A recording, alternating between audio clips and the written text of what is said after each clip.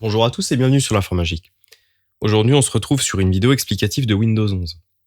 Qu'est-ce que Windows 11 ? Alors, Windows 11 est un système d'exploitation créé par Microsoft, qui est le successeur de Windows 10. Alors vous allez me dire, ouais, c'est logique, après 10, il y a 11. Mais rappelez-vous, pour ceux qui savent, on est passé de Windows 8.1 à Windows 10. Alors c'est pas tout à fait vrai. Par contre, ce qui est vrai, c'est que normalement, à Windows 11 succédera Windows 12, qui est apparemment déjà en préparation.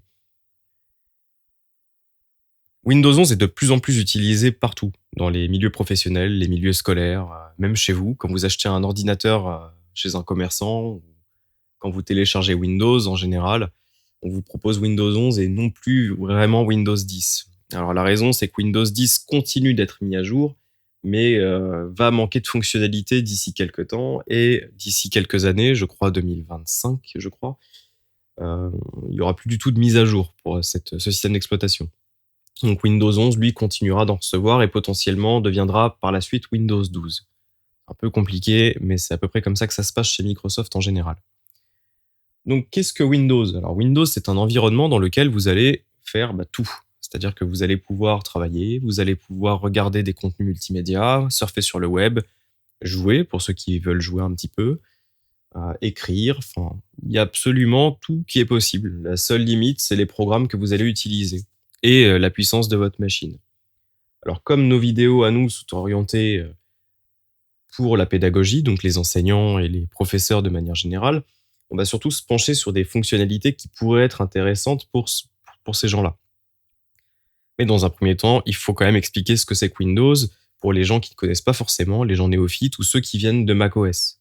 macOS est aussi un autre système d'exploitation, mais qui ne ressemble pas du tout à Windows.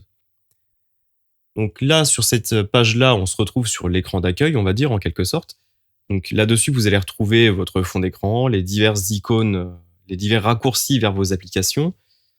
La barre des tâches, qui est cette barre-là, qui se situe en bas, qui est une grande barre dans laquelle on va pouvoir faire pas mal de petites choses. Et à droite, vous avez la date, l'heure, des petits pictogrammes comme ici, la connexion réseau. Ici, à côté, là, les mises à jour à faire. Vous voyez que j'en ai. Je vais vous montrer après comment on en fait. Le son. Et aussi ce petit menu déroulant où on va retrouver diverses icônes. On fera une vidéo à peu près, je pense, par possibilité inclus de base sur Windows 11. Ce sera plus simple et plus digeste pour vous. Vous retrouvez aussi ici ce petit bouton-là qui dit ne pas déranger. Quand vous cliquez ici, ça va vous ouvrir un menu comme ça. Alors ici, apparemment, il y a le mode ne pas déranger qui est activé, mais on peut très bien le couper. Voilà, ça permet d'éviter de recevoir des notifications et des choses comme ça. Ça peut être intéressant.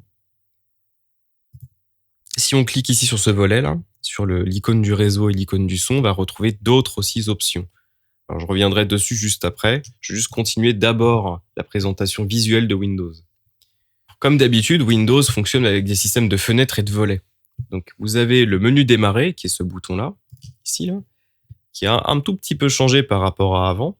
Mais si vous voulez retrouver l'ensemble de vos applications, vous cliquerez sur toutes les applications et là, vous aurez un menu déroulant, un petit volet dans lequel on peut descendre, dans lequel vous allez retrouver tout ce que vous avez l'habitude d'utiliser.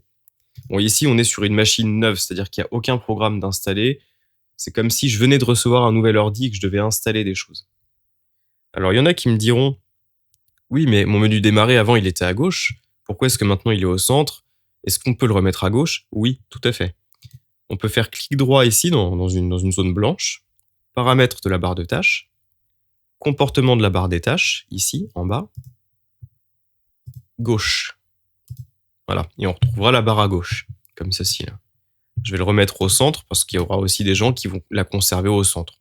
C'est possible. En tout cas, moi, je sais que depuis que je suis passé à Windows 11, je l'ai gardé au centre. Et vous allez voir que, à la longue, on s'y fait. Donc, il y a plusieurs types de volets. Donc là, je vous ai montré le menu démarrer, mais après, il y a les autres options aussi qu'on peut trouver. Il y a les paramètres. Alors, les paramètres, il faudrait que je fasse une vidéo dédiée à ça parce qu'il y en a une bonne quantité. Donc, on a les paramètres système, les paramètres Bluetooth et appareil, les paramètres Internet, de personnalisation, d'application, de compte, d'heure et langue, jeu, accessibilité, confidentialité et sécurité, et les mises à jour. Dans un premier temps, on va surtout parler des mises à jour. Donc, je vais cliquer sur mise à jour. Là, vous voyez que j'ai des mises à jour à faire. Qu'est-ce qu'apportent les mises à jour ? C'est simple. Les mises à jour apportent dans un premier temps des éléments de sécurité qui viennent se greffer en plus sur votre machine. Ça évite du coup d'être potentiellement attaqué par des logiciels malveillants ou des vulnérabilités, en fait. Parce qu'un système d'exploitation est un ensemble très complexe d'applications et de systèmes qui fonctionnent en arrière-plan. Je vais vous montrer ça juste après. Et donc, du coup, de faire les mises à jour régulièrement, c'est quand même super important. Ça évite vraiment d'avoir des ennuis à terme et d'avoir une machine complètement inutilisable. Ça pourrait arriver. D'ailleurs, c'est pour ça que certaines machines qui ne sont jamais mises à jour comportent des grosses failles de sécurité et on peut plus les connecter à Internet pour certaines. Donc, les mises à jour apportent déjà, du coup, comme je l'ai dit, des fonctions de sécurité, mais apportent aussi des fonctions supplémentaires. Par exemple, récemment, on a eu l'amélioration de l'explorateur de Windows. L'explorateur, c'est cette chose-là, cette icône-là. C'est les volets avec les dossiers. Avant, on n'avait pas toute cette zone ici. Donc là, vous voyez que je peux faire plus. En fait, ça va me rajouter un onglet. Donc, par exemple, si je veux aller dans téléchargement et avoir un onglet accueil ou un onglet documents, par exemple, vous voyez que je peux naviguer de l'un à l'autre. Mais je peux aussi, du coup, glisser des choses de l'un puis l'autre. Ça peut être super pratique, alors qu'avant, il fallait ouvrir plusieurs volets, donc en avoir un deuxième, les mettre côte à côte, les glisser ensuite.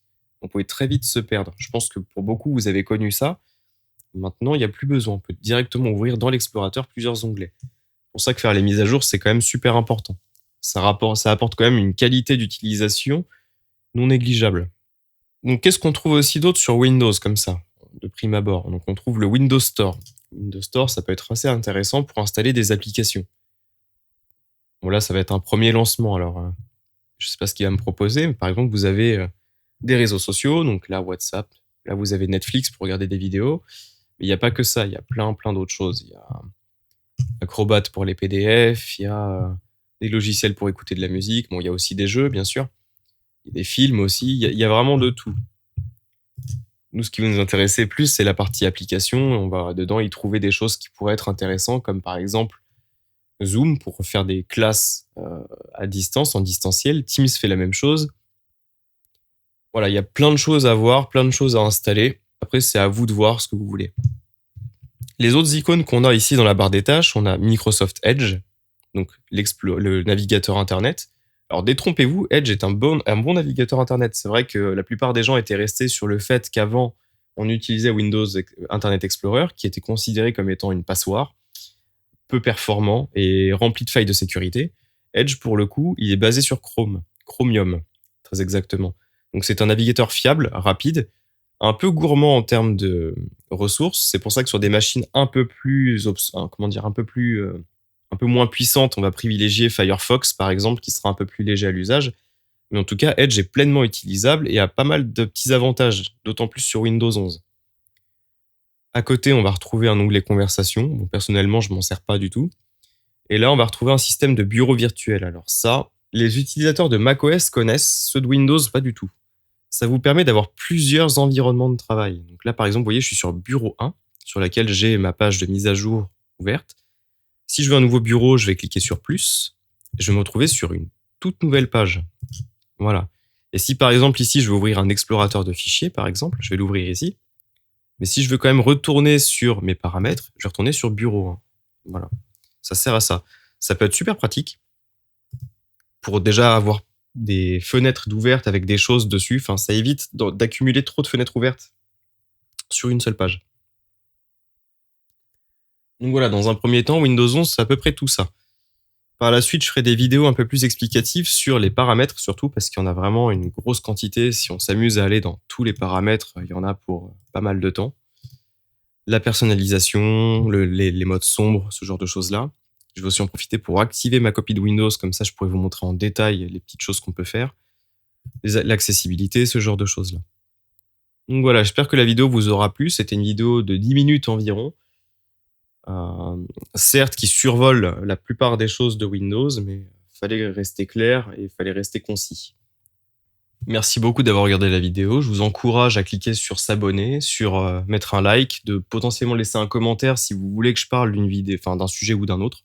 Si vous avez des questions, je répondrai directement dans l'espace commentaire. Et merci à tous d'avoir suivi.